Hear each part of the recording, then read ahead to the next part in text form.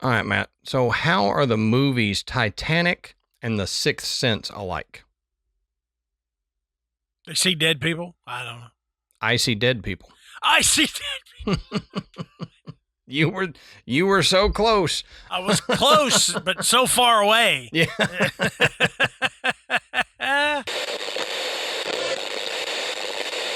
Good.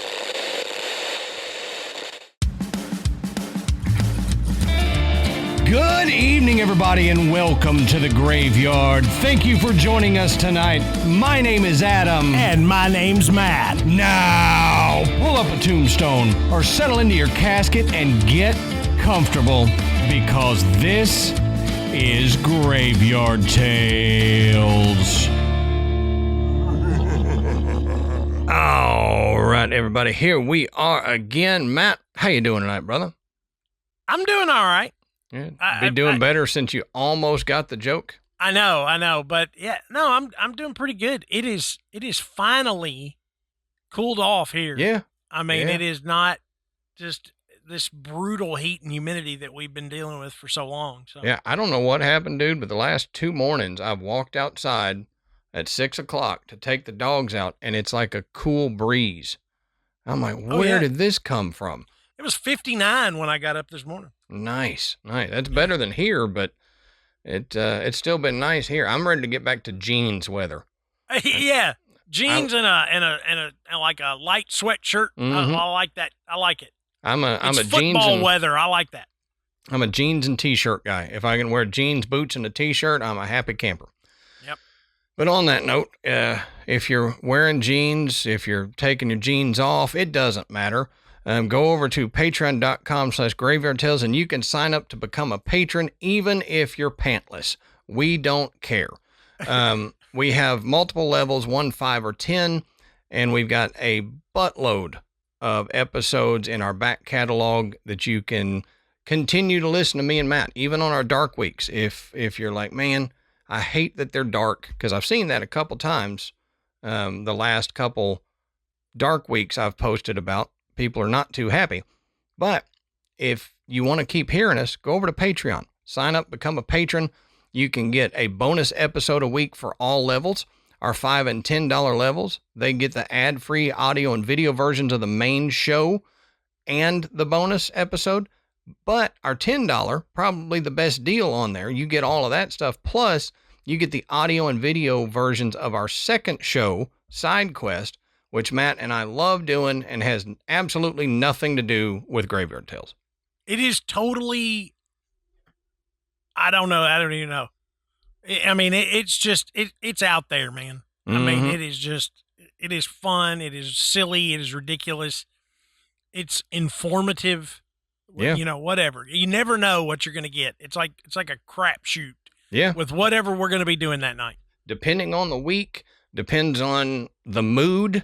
But we're always, we're always having a good time over there and doing stuff that you wouldn't normally hear Matt and I do.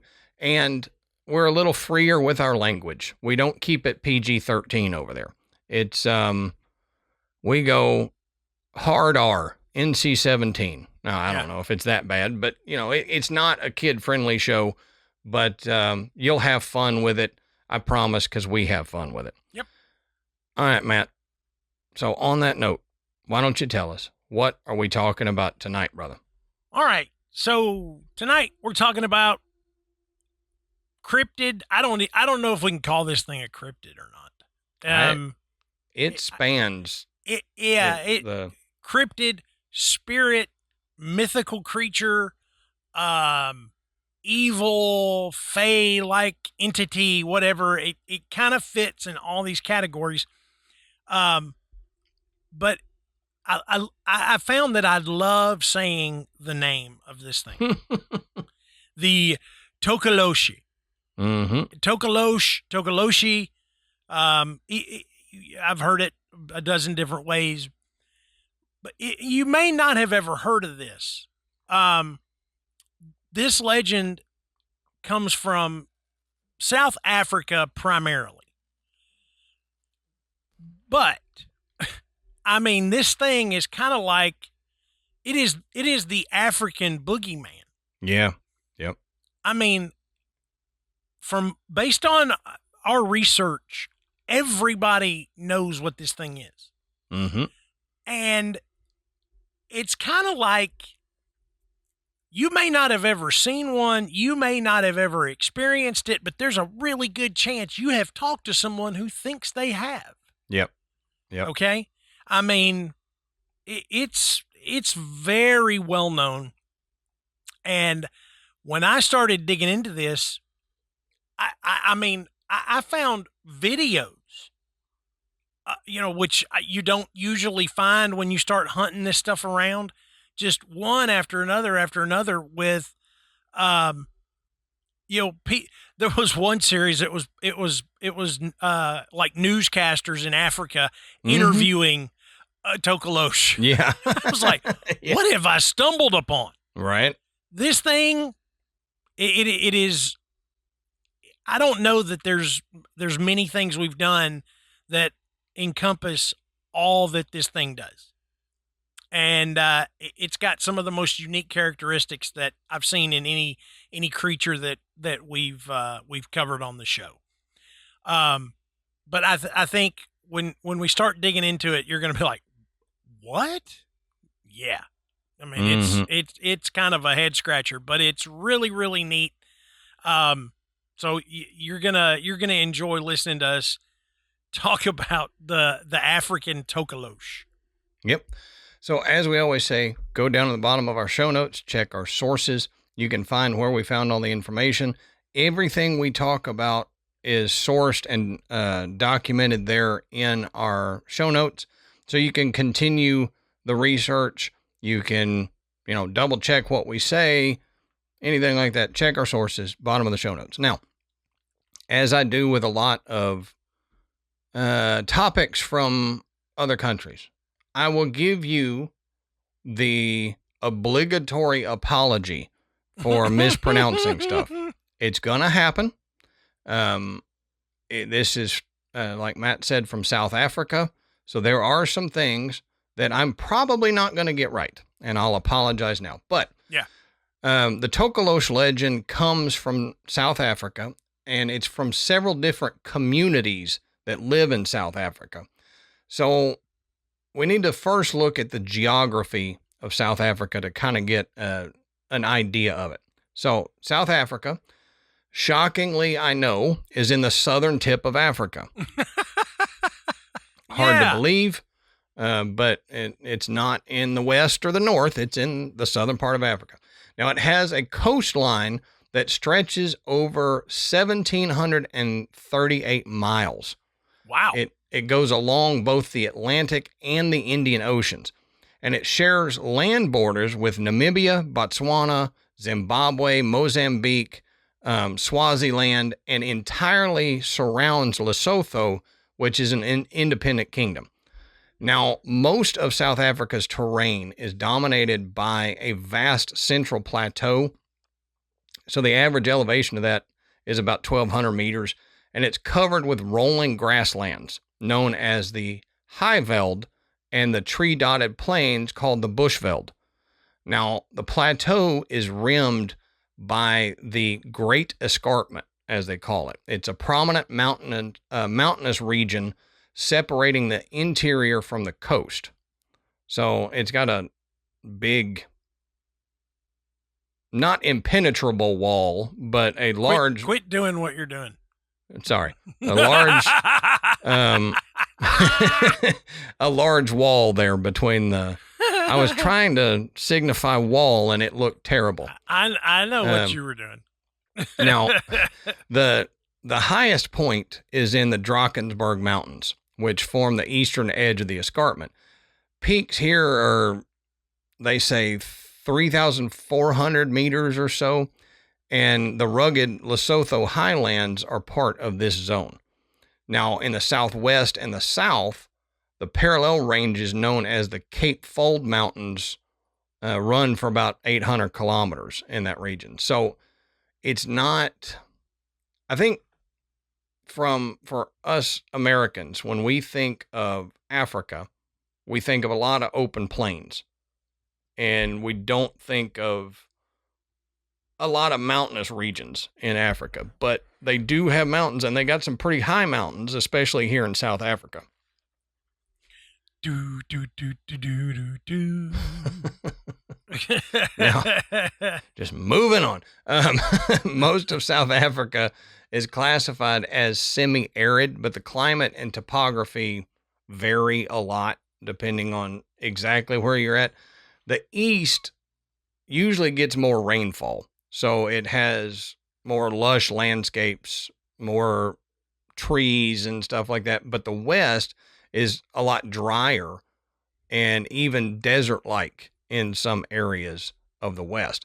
Now, South Africa is rich in minerals, and they got significant deposits of gold, coral, iron ore, chromium, diamonds, and platinum. Now, just a little aside, Matt, every time I see chromium, I think of that. You remember several years ago, there was this big health trend where people said to take chromium picolinate, where you'd take chromium picolinate and it would help all sorts of I must have missed this one. Yeah. It was a big deal when I was getting into the herbalism stuff, and people were trying to push chromium picolinate. And I never did that because I was like, I don't think I should be putting chromium in my body. But it's a metal. Yeah. I don't know. You need some, but I don't know. I always get a little skeptical when it's like, I couldn't identify chromium in a lineup, so right. I don't know if I want to take it. Right. What was that other metal they were trying to get you to take that was like turning people blue? Like colloidal silver or something? That's it. Colloidal silver. Yeah, that's it. I don't know. Yeah. Does it turn? I don't know if that was it or not, but it seems like that was it. I feel like it was, because there's that dude that looks like a big Smurf. Yes. Yep. Yeah. Yep. Yeah. And they said that was from colloidal silver, but yeah. I don't know. A lot of it. Yeah, I know people take colloidal silver for a lot of things, but if you take a lot of it, yeah, it'll turn you blueberry. Yeah, you're turning violet. Now, the Tokoloshe is said to originate from the beliefs of the Nguni people, but more specifically from the Xhosa people. So it's widely believed among many ethnic groups in South Africa at this point. Like Matt was saying, almost everybody in South Africa knows of or believes in the Tokoloshe. Mm-hmm. But it started originally from the Xhosa people. So the Xhosa people are one of the largest ethnic groups in South Africa, and they reside mostly in the Eastern Cape Province. Now, ancestors play a central role in the Xhosa spirituality. The Xhosa believe that ancestral spirits influence their daily lives, they protect their family, and they act as intermediaries between humans and the Creator. So there's rituals, sacrifices, and offerings, often involving animals, that are performed to honor and appease the ancestors. You know, they're invoked in important matters, and their guidance is sought in dreams. So that's not uncommon in a lot of people's beliefs around the world. Your ancestors play a big role in those beliefs. Mm-hmm. And that's the same for the Zulu peoples, who also believe in the Tokoloshe. They're another, probably the largest ethnic group in South Africa. And they say they number about 9 to 10 million people in the Zulu tribe. Now, Zulu society is organized into clans and extended families, and it's centered around cattle farming and grain cultivation. And the Zulu have a deeply spiritual culture, and again, they have an emphasis on ancestral veneration. So ancestors are seen as protectors and guides, and rituals often involve sacrifices and offerings. Now, to move on from the peoples that the Tokoloshe kind of originated from, let's look at animals that are known to live in this region of South Africa, so we can see if any of them might get mistaken for the Tokoloshe whenever we talk about it. Now, South Africa is one of the world's top safari and biodiversity destinations. So, I mean, if you're going to go to Africa for a safari, most likely you're going to go to South Africa for one of them. See, I would think it'd be like Kenya or something, but I honestly don't know.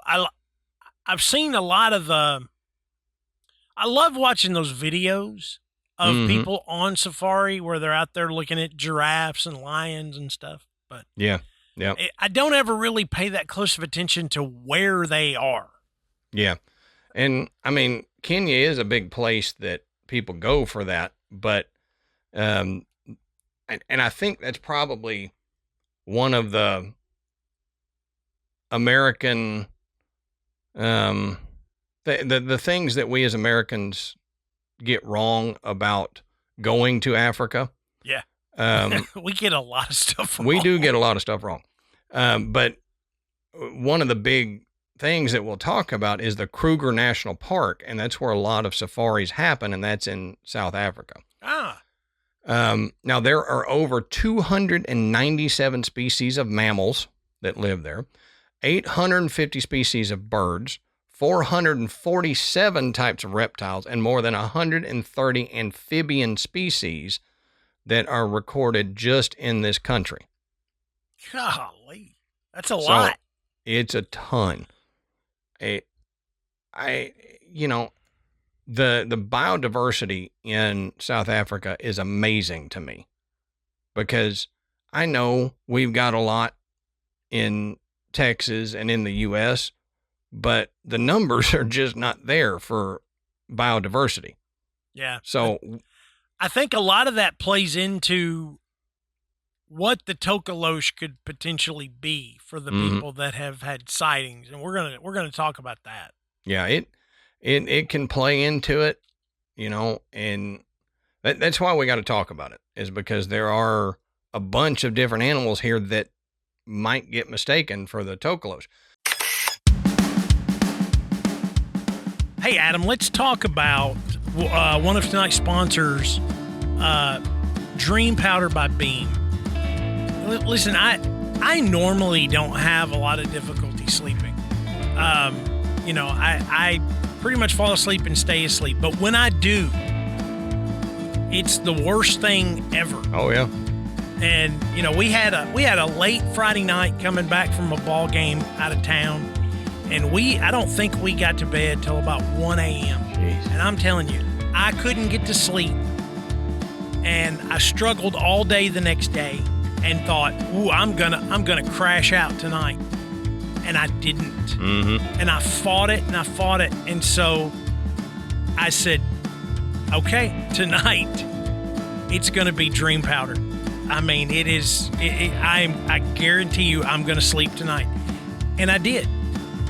And it's unbelievable. And from that point forward, I took it 2 or 3 nights in a row, had no problem sleeping, got back into a great pattern, felt good the next day. And it's all because of Beam's Dream Powder. Because when it comes to getting a good night's sleep, it's just critical. Whether we're up late here in the studio, or I'm working late to research some ghost story and I can't get down. I know that Beam's Dream Powder is there to help me sleep through the night. Yep. And unlike you, I have a hard time sleeping every night.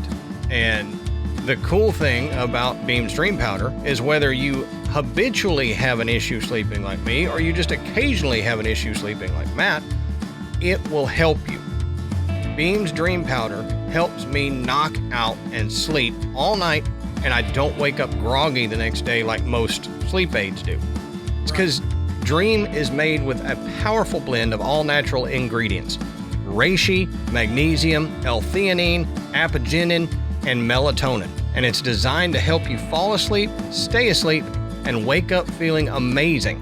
And like I said, unlike other sleep aids, there's no next day grogginess, just great restful sleep that night. Plus, it tastes amazing. It's, to me, I call it my indulgent night hot chocolate. Mm-hmm. When you have a hard time sleeping, you lack focus and energy the next day, and editing for me is horrible when I don't sleep. But with Beam's Dream Powder, the focus and energy comes right back. And Beam has already improved 17.5 million nights of sleep, helping people across the country wake up and feel their best. And here's the thing, Beams is giving our listeners an exclusive offer of up to 40% off their best-selling Dream Powder. That's right, up to 40% off, and you can finally get some good sleep. All you got to do is go to shopbeam.com/grave. That's shopbeam.com/grave and use our code GRAVE at checkout. Yeah, that's shopbeam.com/grave. Use our promo code GRAVE for up to 40% off. Because better sleep, there's nothing paranormal about that.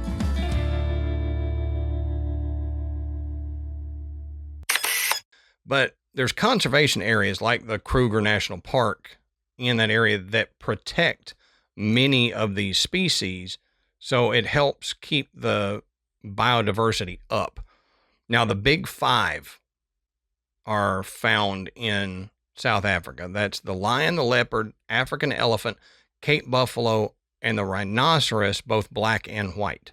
So they got white rhinoceros and black rhinoceros there.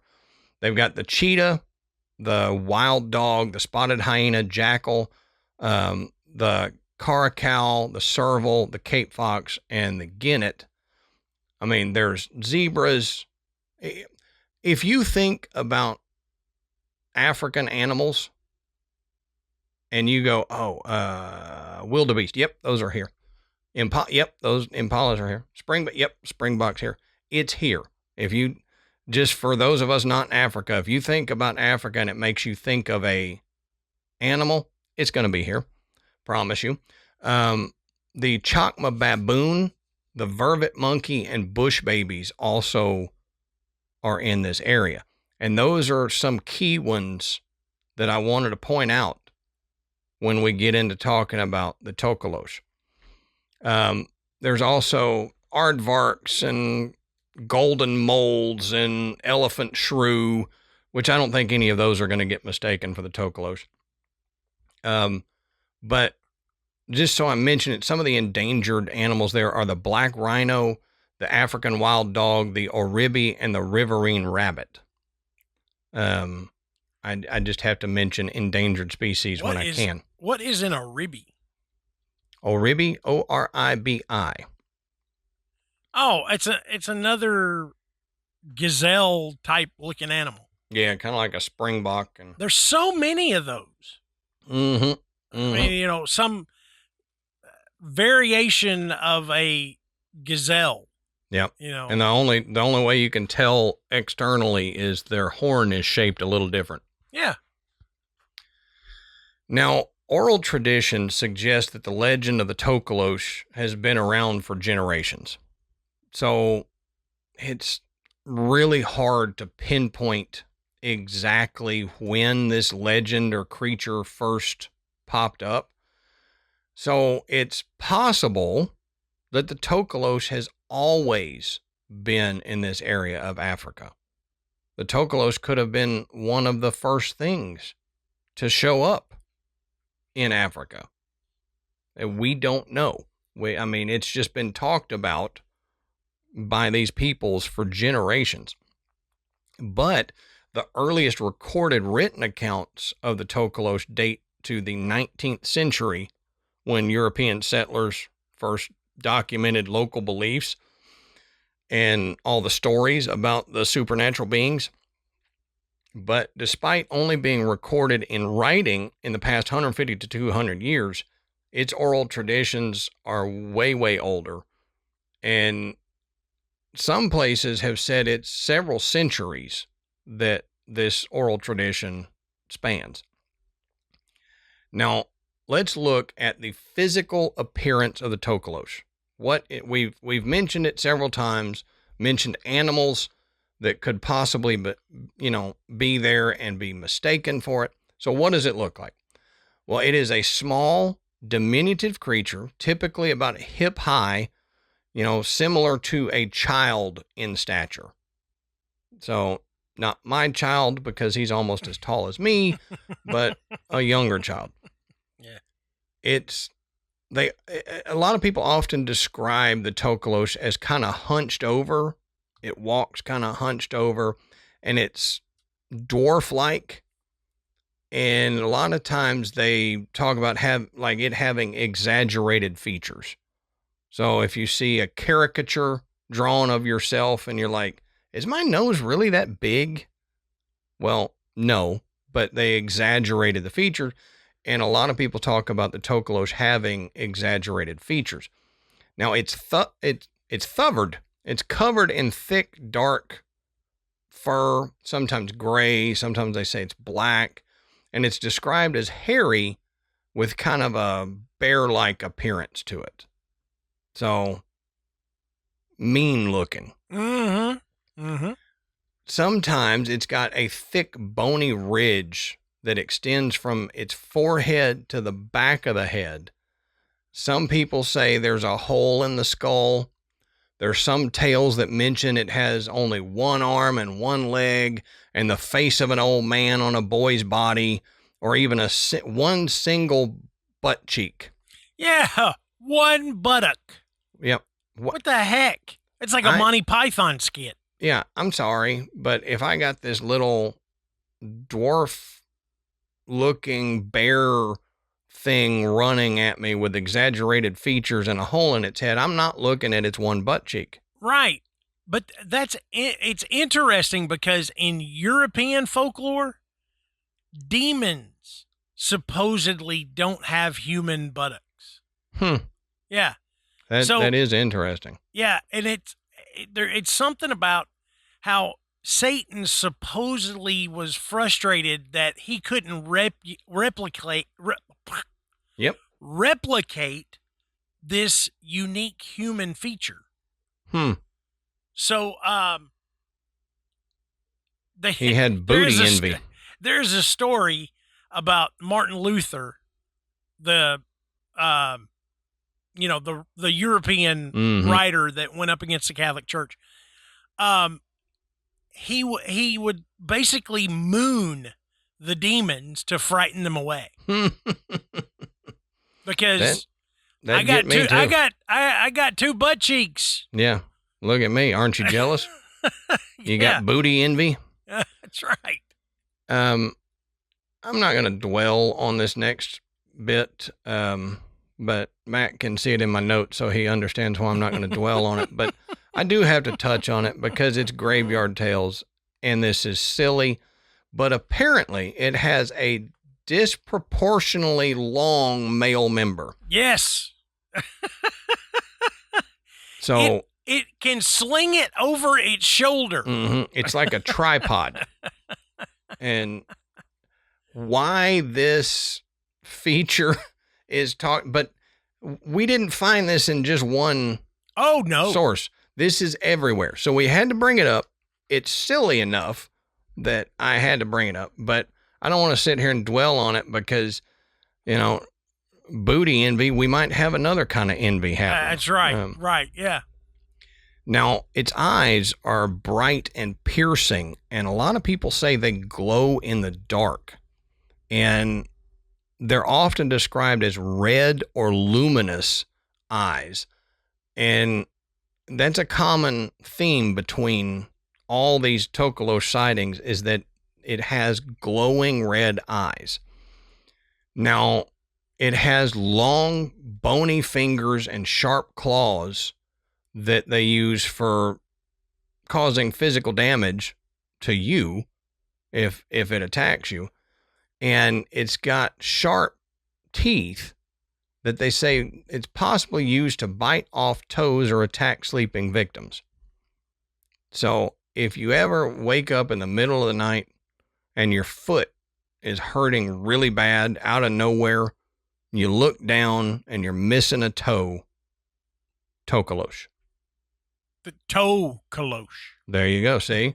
It all makes sense now. We know why it's called that, because it's the Tokoloshe. It puts your toe in a cloche. And Yeah. I don't know.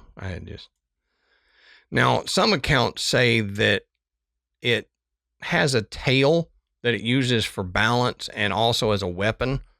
Some accounts don't have the tail, but where's the tail going to go with only one butt cheek? You know what I mean? Tail's supposed to go between the butt cheeks, like right at the top, symmetry, and but I don't know. It would be funny. Maybe it has a tail instead of a butt.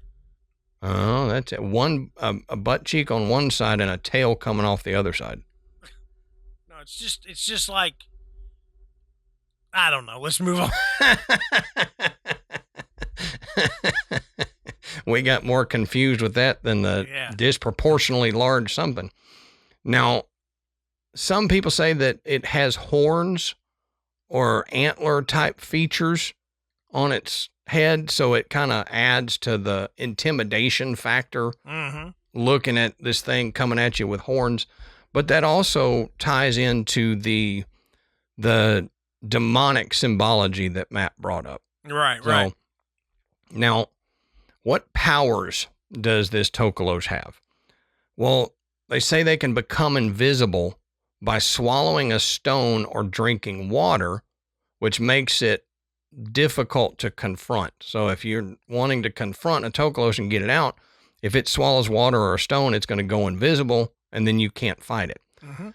It likes to slip into houses at night, and it likes to cause havoc and cause you to become ill or kill people. And it's sometimes linked to rivers and lakes and swamps and stuff, but it also, when we started this, Matt said we don't know whether it's a cryptid or a fae or whatever. And part of that is because a lot of people describe it as a water spirit. Yep.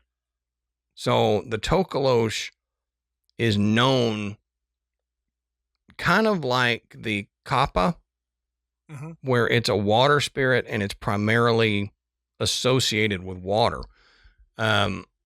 And despite having a very diminutive stature and being the size of a child, supposedly super strong.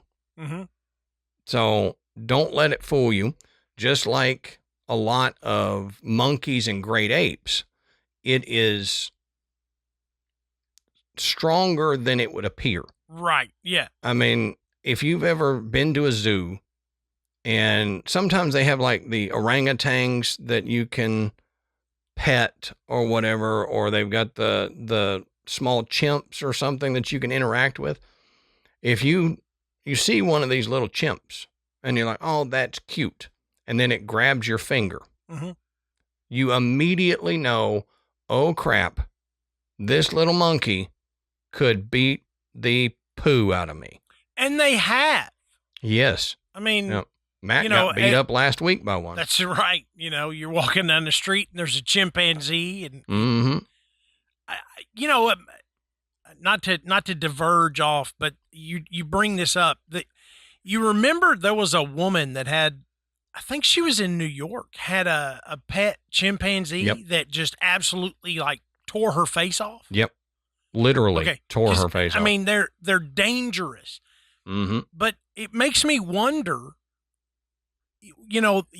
back in like the 70s, there was a television show called Lancelot Link. Do you remember that? I don't. No. Okay. Lancelot Link was a show about like a kind of a James Bond type spy. Mm. But all of the characters were played by chimpanzees. Huh. Like real chimps.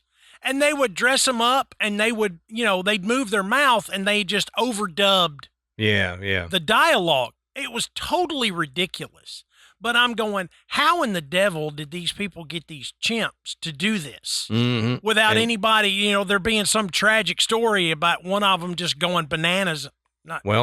Pun not intended, but there probably is a story. Somebody. We just haven't heard it yet, because Michael and I were talking about that the other day. There's movies from that time, 50s, 60s, 70s, before certain regulations were put in place, that people got attacked by these animals because they're working around live animals, and they're gonna get mad that they are a wild animal that you have now put in a movie, and they're not going to be happy. Yeah, go check it out. Lancelot Link, Secret Chimp. All right. And it aired on ABC from 1970 to 1971. All right. I'll have to check that out. Now, before Matt gets into his part, what are some other powers that the Tokoloshe has? Well, apparently they can shapeshift. They have illusion casting powers, so they can make you see things that aren't there. They can inflict curses, and they can extract your life essence, and they can manipulate your dreams. If they come into your house at night while you're sleeping, they can manipulate your dreams to scare you. Yeah, that's a lot of stuff. Yeah, that it can one do a thing lot. can do. Mm-hmm. None of it good. No. But as Adam was saying, these things are originally water sprites. And nowadays, the Tokoloshe is considered to be like a domestic spirit in the houses of witches and warlocks. Mm-hmm. So they serve, these witches or warlocks.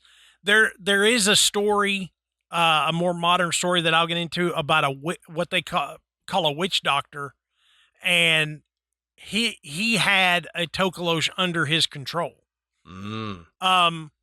So there is it's not just a wild thing. And we're going to talk about maybe the zombie Tokoloshe. I mean, you'll get it. But because of their desire to maybe sneak in and dwell in your house, they are compared to the European brownie. Oh, yeah, so okay. They're not completely evil. They do help, quote unquote, help around the house until it's paid with clothing, which makes it sound like a house elf from Harry Potter. Yeah, right. But once you give it clothes, it might disappear, which makes me wonder because if you look at Dobby, and from the Harry Potter movie, there are some similarities to the description of the Tokoloshe, and now that you say it, I see it. That is a very unique attribute to, I will help you, but if you give me clothing, I might leave. Mm-hmm. Okay. I mean, that's the whole house elf, gimmick. Is if you give them clothes, they can leave. They're free. Yep. Yeah. Now, going back to the, we're not going to hammer this, Adam, I promise. But going back to these Tokoloshe being well endowed, okay? You had to say hammered, didn't you? Yeah. Of course I did. Sometimes you say things that I'm like, Matt, did he mean to do that? No, he didn't mean to do that. Not always. It just naturally happened.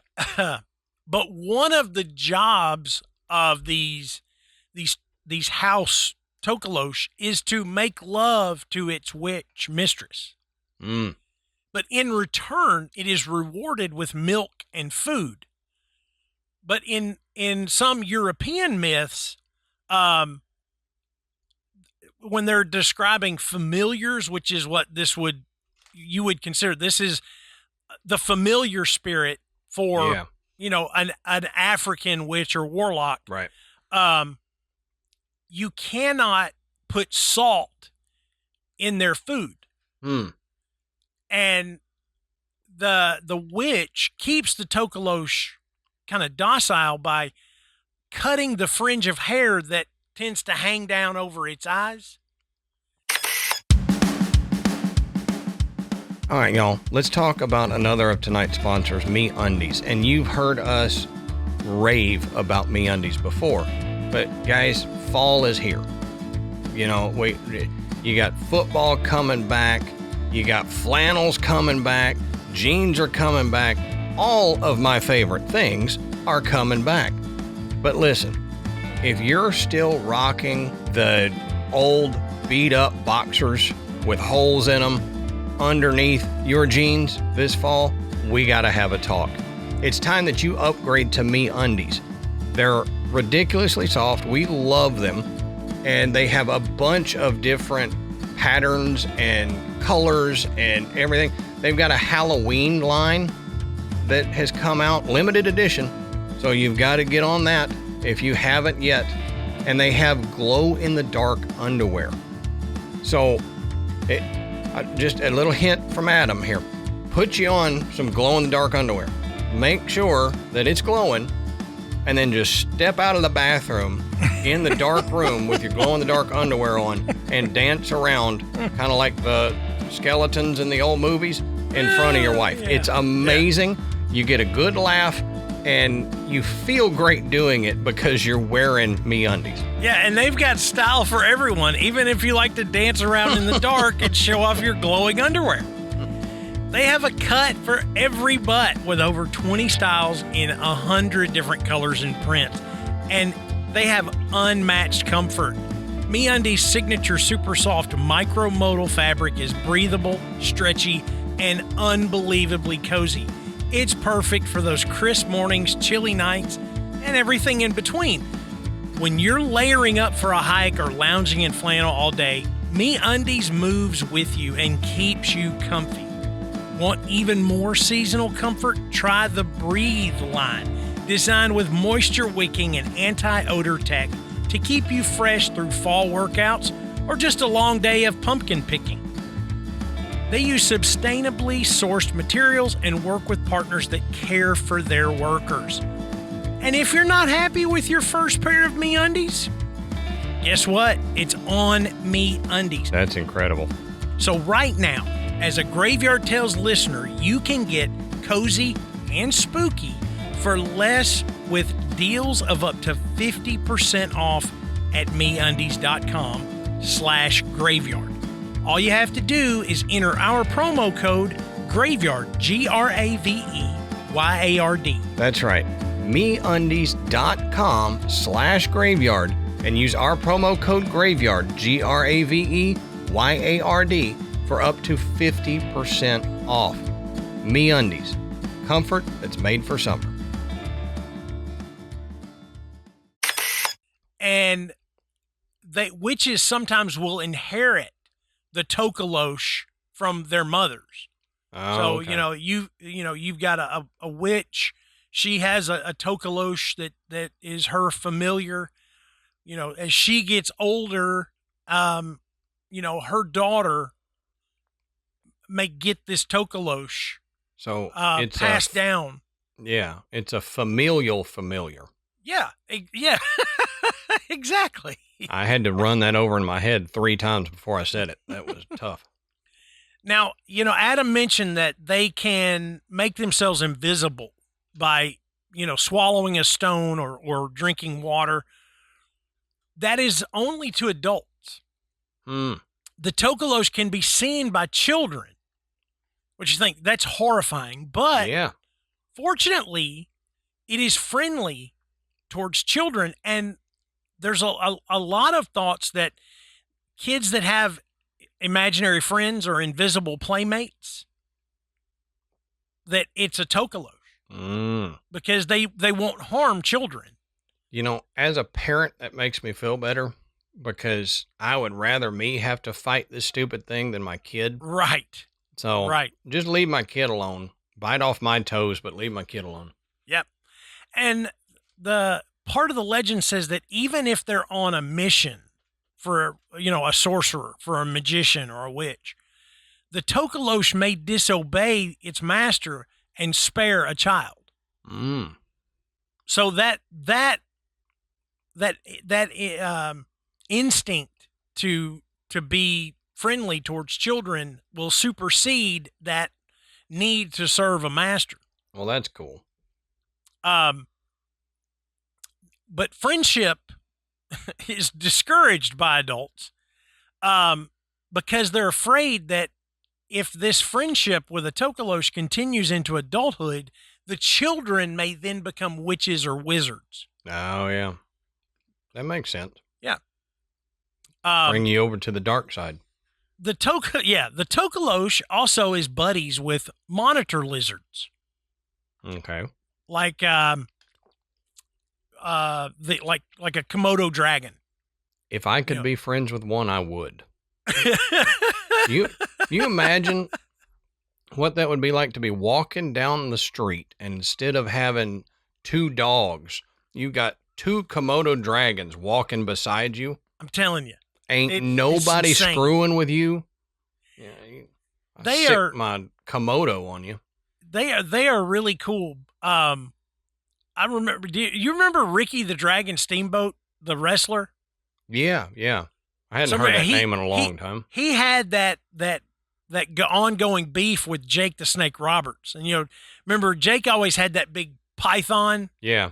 Or the boa constrictor, whatever it was, and I remember there was a match where Ricky Steamboat has his own bag with something moving in it, and he comes out and it's a daggum Komodo dragon. Oh, geez. Yeah. And you remember that? Talk about things going wrong with animals. That could go wrong. Michael's the right age because him and Piper are real close in age. But did Michael ever watch the show Jessie on Disney? I don't know. It was about the girl that she was a nanny for these rich kids in New York City. And one of them, they were all adopted, and one of them was a kid from India, and he had a pet that was a Komodo dragon named Mrs. Kipling, like Rudyard Kipling. I was like, that name, that's great. That is so clever. But yeah, I mean, the Komodo dragons are cool, but they're buddies with the Tokoloshe. With the Tokoloshe. So nice. You got to be careful. And in Egypt, of course, there is the water leguan or the Nile monitor lizard. Yeah. Very similar. So they say if you see a monitor lizard stamp its feet, it may be accompanying a Tokoloshe in a dance. So you see a lizard those big lizards kind of stomp up and down like that. Mm-hmm. They say the reason they do that is they're dancing with their Tokoloshe. Doing a square dance over there? Yeah. Grab your partner, do-si-do. How do you square dance with a lizard? And I don't know. Their feet are already in a square, so, I mean. Now, the Tokoloshe has even appeared in movies, which I got to thinking, I was like, have I ever seen a movie about a Tokoloshe? And the answer is no. But there is a movie that came out in 1971 called Tokoloshe, the Evil Spirit. I had never even heard of this movie. But me either. More recently, I had heard of this movie. I've never seen it. The movie, I think it came out in 1999, A Reasonable Man. And it has Nigel Hawthorne, who plays a judge. And this is actually based on a true story. A man was tried for killing a child in the belief that it was a Tokoloshe. Yeah.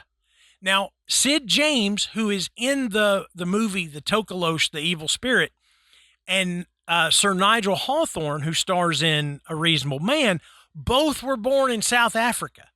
Oh, okay. So, when you understand that connection, you're like, oh, well, of course, they grew up knowing this legend. Yep.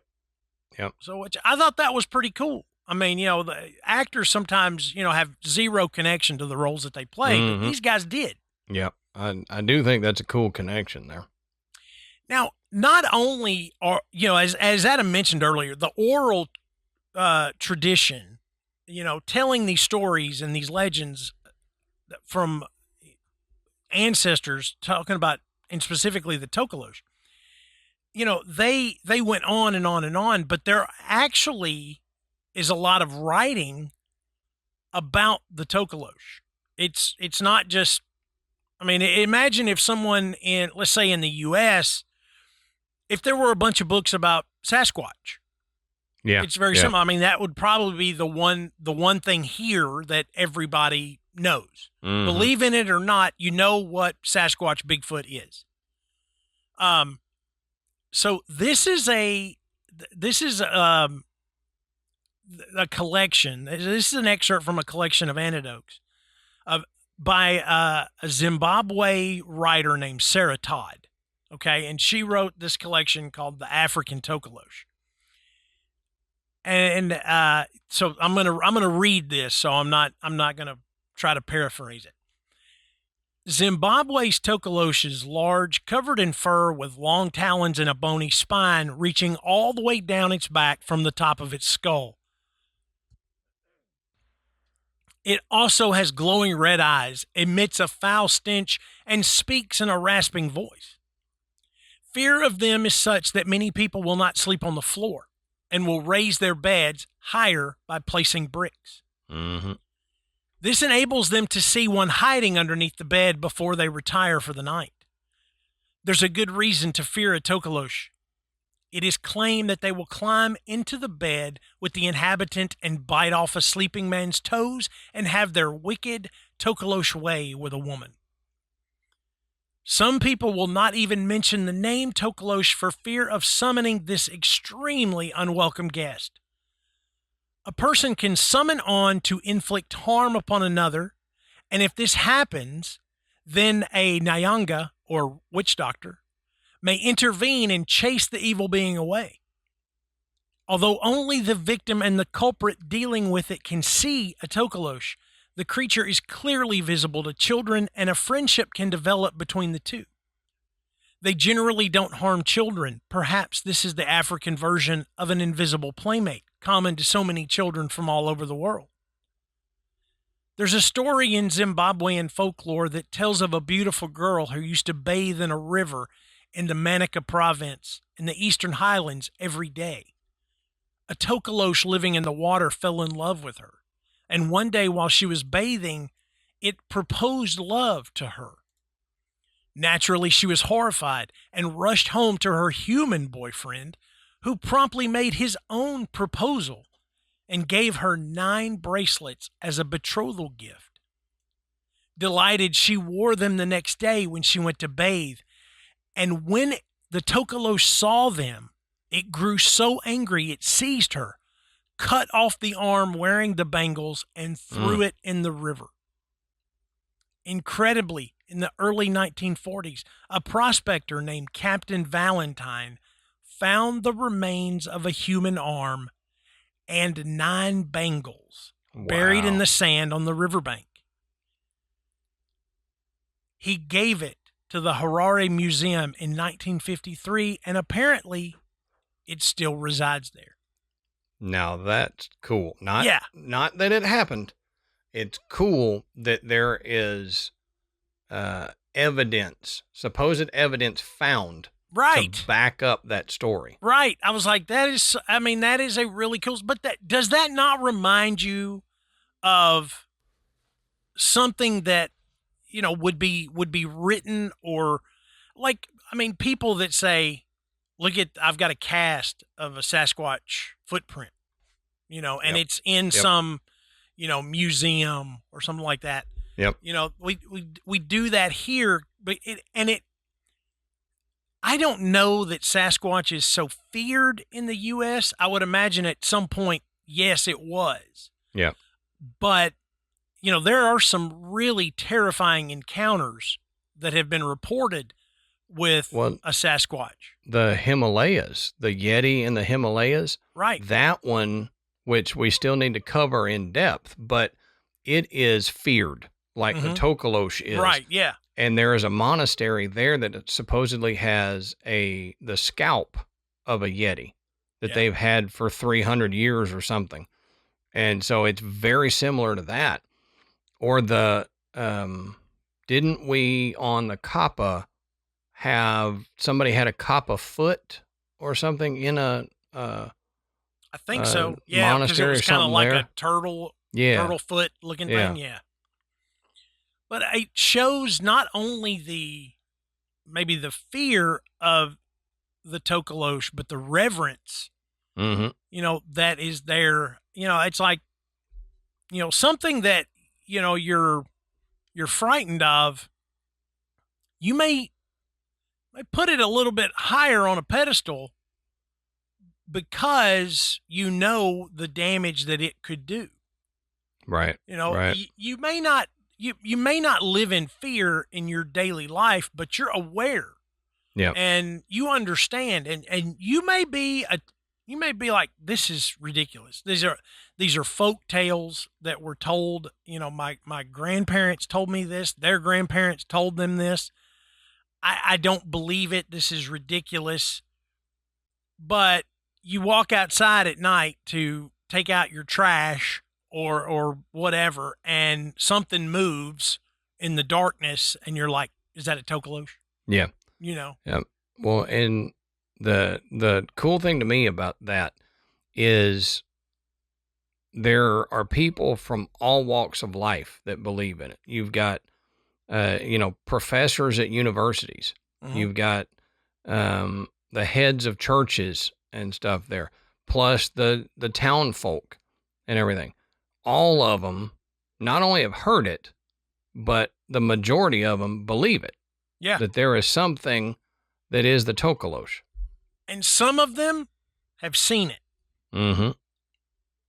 And this first encounter is impressive.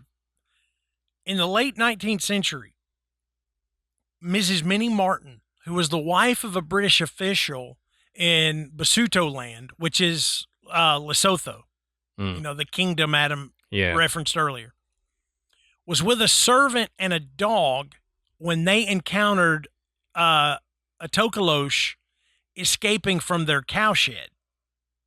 Now, Minnie Martin is the author of the book Basuto Land, Its Legends and Customs, which is a historical account she wrote in the early 20th century. Now, the book explores the rich culture and traditions and history of the Basuto people, focusing on their customs, notable chiefs, and the geographic beauty of their homeland.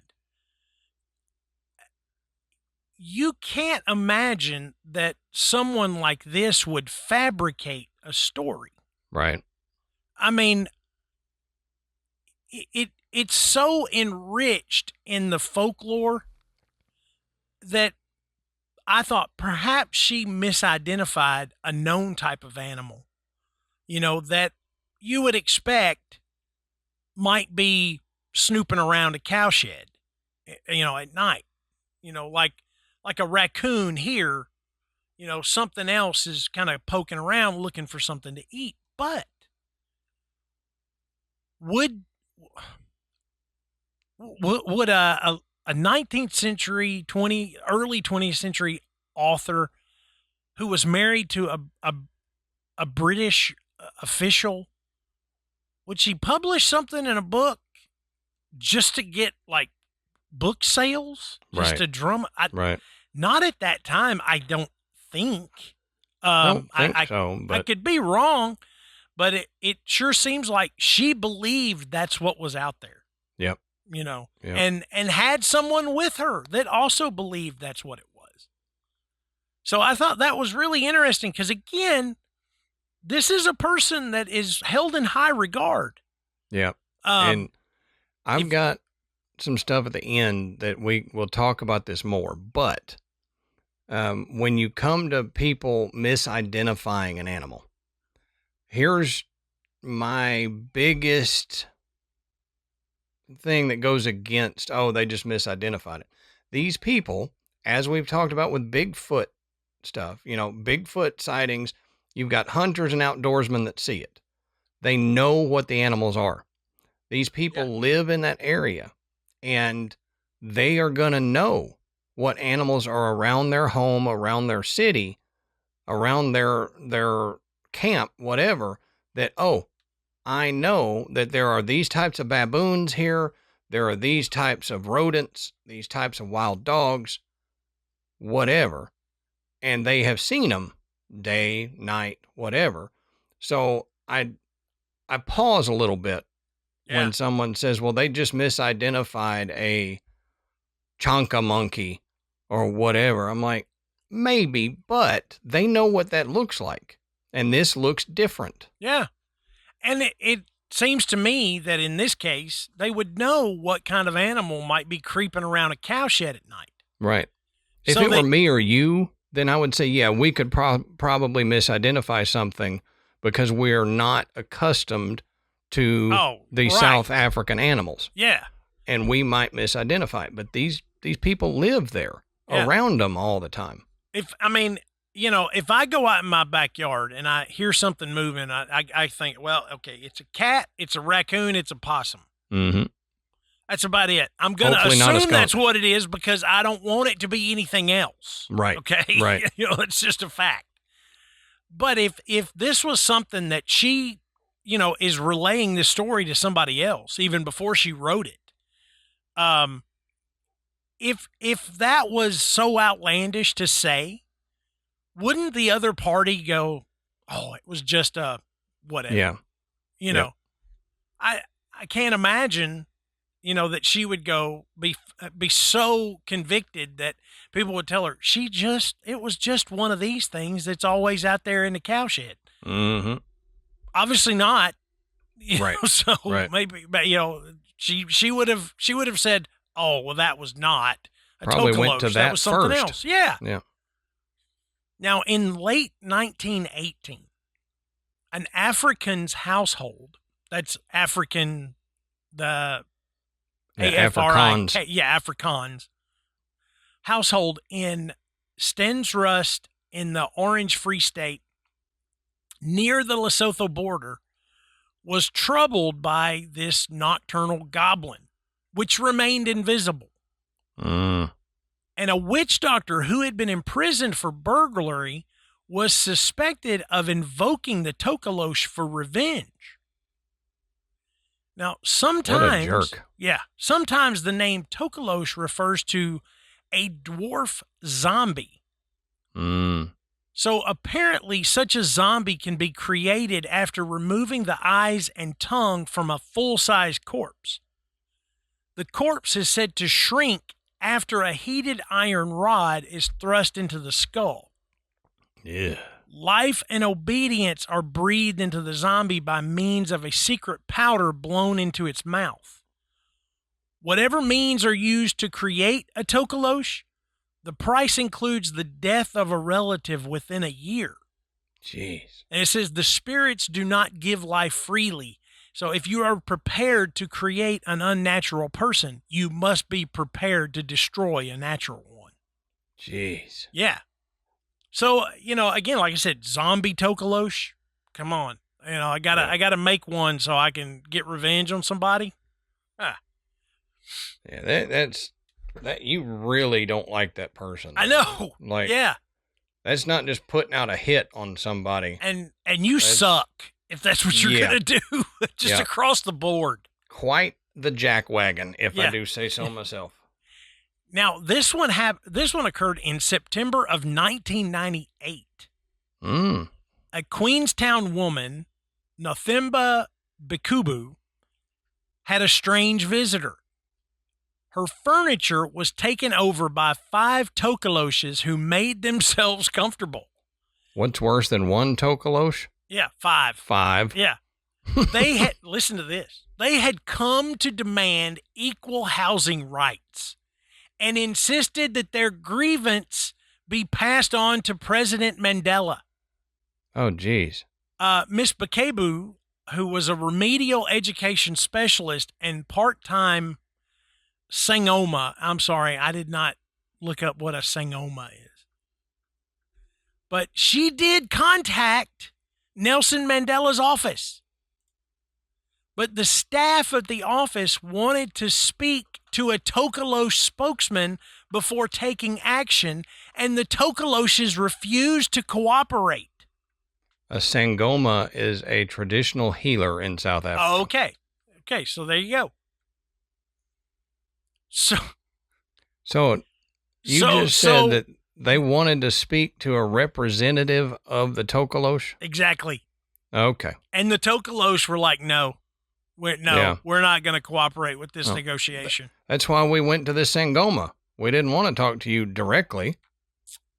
That story right there just blows me away. Mm-hmm. I mean, that is great. I mean, look, you may go, Matt, that's kind of a ridiculous story. Do you think that really happened? Why would these names be in this thing like this? Right. This story would sound like, okay, sometime in the late 1990s, this woman. Yeah, there was this woman that did this thing. No, it gives a specific month and date and her name, her occupation. It's like, this story, whether you believe it or not, whether it actually happened or not, the story is real. Okay? Right. The story is real. But yeah, it really happened. Yeah. But that really goes to prove how deep the Tokoloshe belief is. Because imagine going to your governor. Let's just go with governor. You go to your governor and say, okay, governor, this Bigfoot came to me and they want protection from, I would probably get put in jail or a mental institution, because they'd be like, okay, this guy's off his nut. Yeah. So the belief in the Tokoloshe is very deep-seated in their culture. Yeah, this Bigfoot thinks it should be granted 2/3 acres of my property. Yeah. That's wooded. Now, I don't want to, but I'm afraid of it, so I'm coming to you. That's exactly right. I tried to put up a fence. Do you know what a Bigfoot can do to a fence? Yep. Those big feet aren't just for walking, let me tell you. Now, in 1999, a woman in Midfield suburb of Bulawayo, Zimbabwe, paid an Inyaga to exorcise her home. Although of Portuguese descent, the woman had grown up in Africa. She believed that a neighbor's maid had summoned a Tokoloshe that was tormenting her. The exorcism was apparently successful, and the suspected maid fell ill and had to leave. In the same year, Mr. K.K. Maniaka, director of security for Zimbabwe's parliament, and I apologize, I probably mispronounced his last name, said that he had been attacked by several invisible Tokoloshes sent by a disgruntled employee. In July of that year, 6 women in Garuve, Zimbabwe, resigned as teachers after accusing a male colleague of using a Tokoloshe to bewitch them so that he could rape them as they slept. Jeez.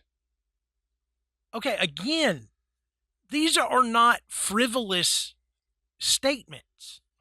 These are not folklore.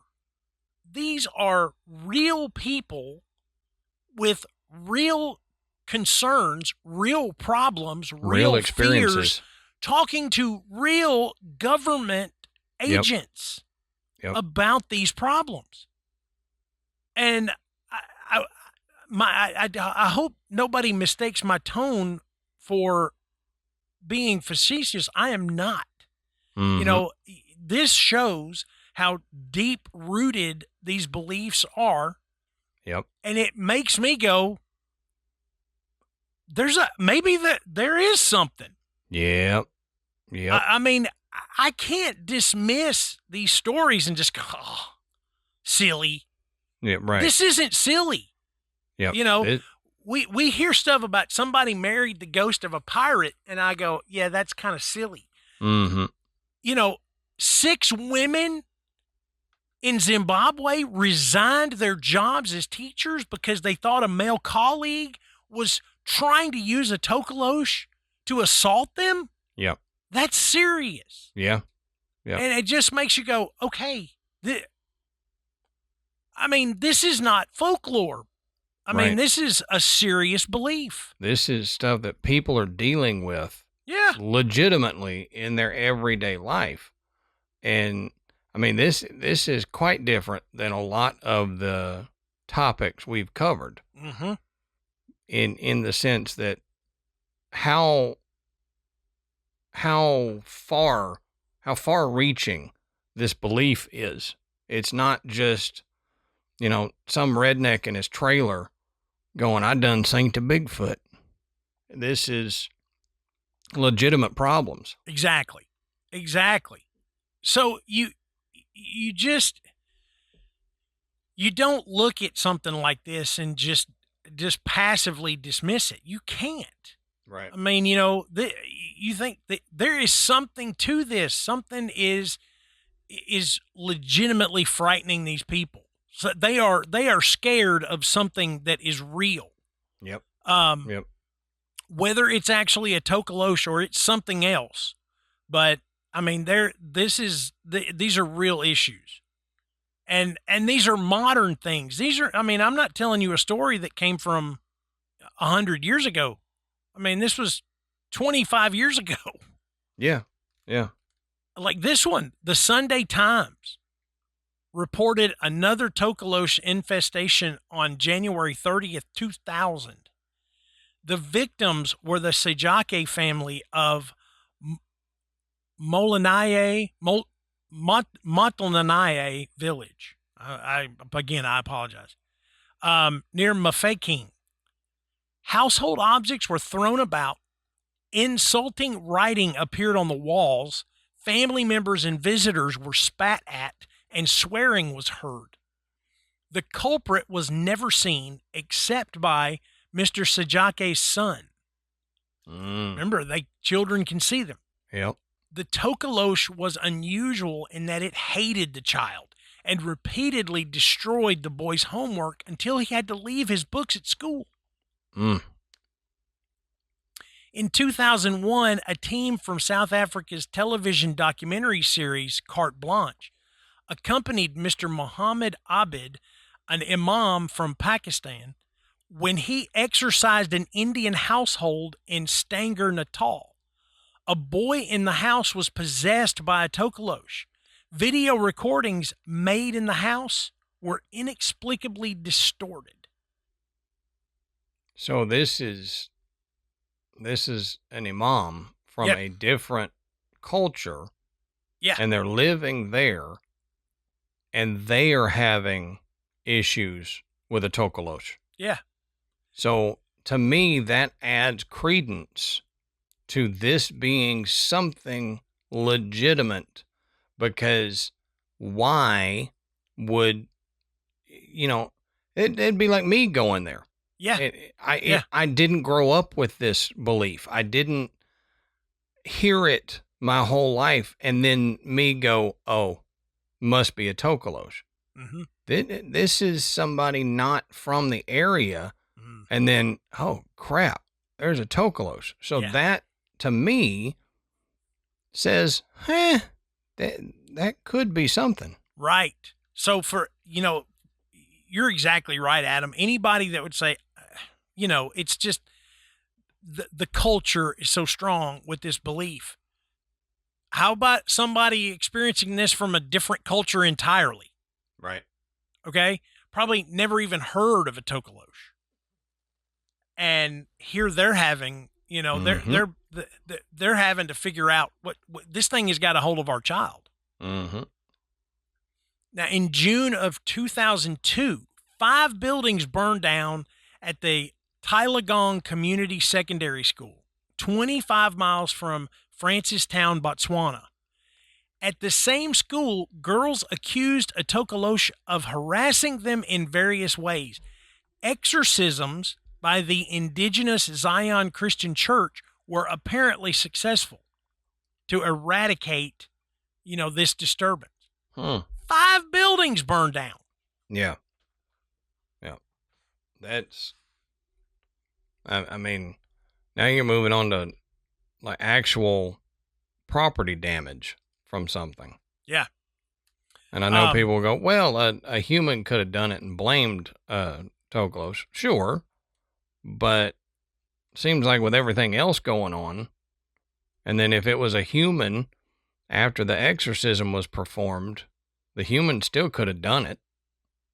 If it was just a Tokoloshe being blamed for it. Yep. And it's fascinating to me. And again, the last sighting that I had coincides with the writings from Sarah Todd about the story of the woman bathing in the river and the Tokoloshe taking her arm. Mm-hmm. And the human remains of an arm with 9 bangle bracelets being donated to the Harare Museum, which was then in Salisbury, in 1935. Yeah. I mean, physical evidence now that coincides with what a lot of people would say that's just a legend. Yep. A legend that we found physical evidence of. Now there's actually proof of it. Yeah. Yeah. It's pretty incredible. It is. So hearing all of that, understanding that this is more than just the boogeyman. Mm-hmm. There's something to this. If it's not a Tokoloshe or an entity or a spirit or cryptid or whatever you want to call it, what could it possibly be? If we're going to debunk the idea that a Tokoloshe exists at all, what in the world could it be? Yep. And there have been people that have tried to debunk it. And some of these honestly seem a little ridiculous to me, like a lot of debunking does when Matt and I talk about it. Some of them you go, yeah, okay, I can see that being mistaken for whatever. And then there's some you're going, that's worse than... Yeah. I mean, really? I believe the legend before I believe this story. Right. So the first one is one of those, and it's cats. People say just cats. Out of focus or quick moving household pets, especially cats with dark fur, have been implicated in supposed Tokoloshe sightings. So they said blurry or ambiguous photographs have sometimes been interpreted as evidence of the Tokoloshe when they were likely just animals like cats caught at awkward angles. Maybe some of them. Maybe, but... Cats aren't burning down buildings. Right. Most cats, pets, they're saying specifically pet cats.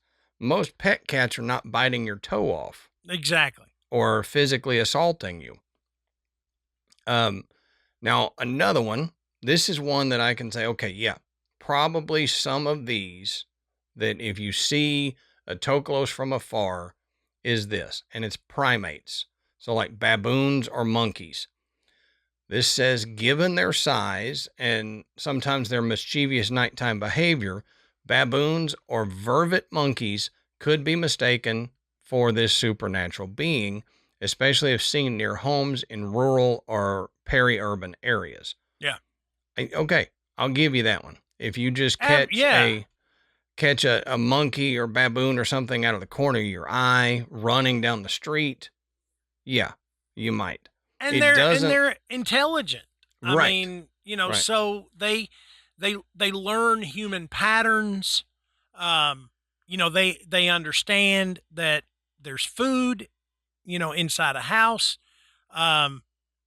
They can learn routines. They can, mimic human behavior. Mm-hmm. So I would bet that a lot of the things that are just, I think I walked outside and I think there's a Tokoloshe, Mm-hmm. that's messing around out in the yard. I would imagine a lot of those are some type of monkey. Yeah. It would make sense. Again, not all of them, Right. but the whole somebody comes running back in from walking outside and goes, "Hey, there's Tokoloshe outside." Mm-hmm. Will somebody go check? Yep. It could be possible, a yeah. monkey in the dark. I mean, I can absolutely see that. Right. Right. Another one that they say, animals such as mongoose, bush babies, or gunnets, which are nocturnal and capable of sneaking into houses, they say have features or behaviors that fit the Tokoloshe legend. And again, maybe some of them, but Matt just went through a bunch of encounters that would not fit a mongoose creeping in your house. Yeah. And the last one is water-dwelling creatures. So they say, since some traditions describe the Tokoloshe as a water sprite, sightings of otters or other aquatic animals near rivers might fuel the myth. Yep. Yeah. Again, if you see it from afar, yes. But none of these explain up-close personal encounters. None of these explain contacting President Mandela about equal housing rights for Tokoloshe. So I get it from afar, from seeing something out of the corner of your eye or whatever. Yep, you have that, the folklore tales that you've grown up with, and you immediately go, oh, Tokoloshe, crap, and run. But like we've said with a lot of other cryptids and tales, throw out the two ends of the spectrum, you've still got a bunch. Yeah. And with the Tokoloshe, you've got a whole bunch of stories that don't fit something else. And I think there's one other thing that we would need to mention is, especially with some of these that involve someone seeking to do another party harm. A bad actor exploiting a cultural belief to hide bad behavior. Yep. Somebody that actually, was looking to, either harm or influence another individual, understanding their cultural belief and using the idea of a Tokoloshe causing these problems to, covertly do them themselves. Right. I think that's a possibility, but again, I don't think that would not encompass everything. I'm sure that somebody has tried it. But again, when you look at it through a skeptical lens, you've got to say, that would be the equivalent of going and trashing your neighbor's house and then going, a Bigfoot did it. Yeah, right. So, I mean, how viable of an excuse is that? Yeah. I mean, like I said, I'm sure it's been tried and it may even been successful for somebody to do something nefarious, but again, I don't think it's gonna take out all of them. All of these, in some cases, just horrific stories. So, what else, could possibly be going on, especially the story where we're considering somebody from Pakistan. Yeah. Having a Tokoloshe experience, somebody that, and look, trust me, they've got their own they've got their own legends and cultural beliefs that are terrifying enough without them coming experiencing somebody else's. But most of the time that you don't see that happen. So, it's pretty amazing. This creature, this spirit, this entity, whatever you want to believe, as we said at the top of the show, it is as unique as anything we've covered in this realm. Mm-hmm. But you got to say, what do you think? You've heard these stories. I mean, you've heard the descriptions. What do you think? Do you think this is all just a bunch of nonsense? It's just people just taking on folklore and applying it to things that go bump in the night? Or is there something more legitimate to this? Let us know. And one of the best places to do that is in our Facebook group. You can jump in there. You can talk about this episode. You can talk about past episodes. We love hearing your thoughts and your stories, and this is a safe place to do it. Nobody's going to make fun of you. We love hearing these stories. Don't forget to check out our website. It's graveyardpodcast.com. You can find links to purchase Graveyard Tales merchandise. You can listen to the show, and you can become a patron. And thank you so much to everybody that has supported the work that Adam and I do. You have no idea. We can't even express how grateful we are to you guys. We hope that all the bonus content that you get for signing up to be a patron is a small thank you for supporting us for all these years. Mm-hmm. So until next time, we'll save you a seat in the graveyard. See you soon.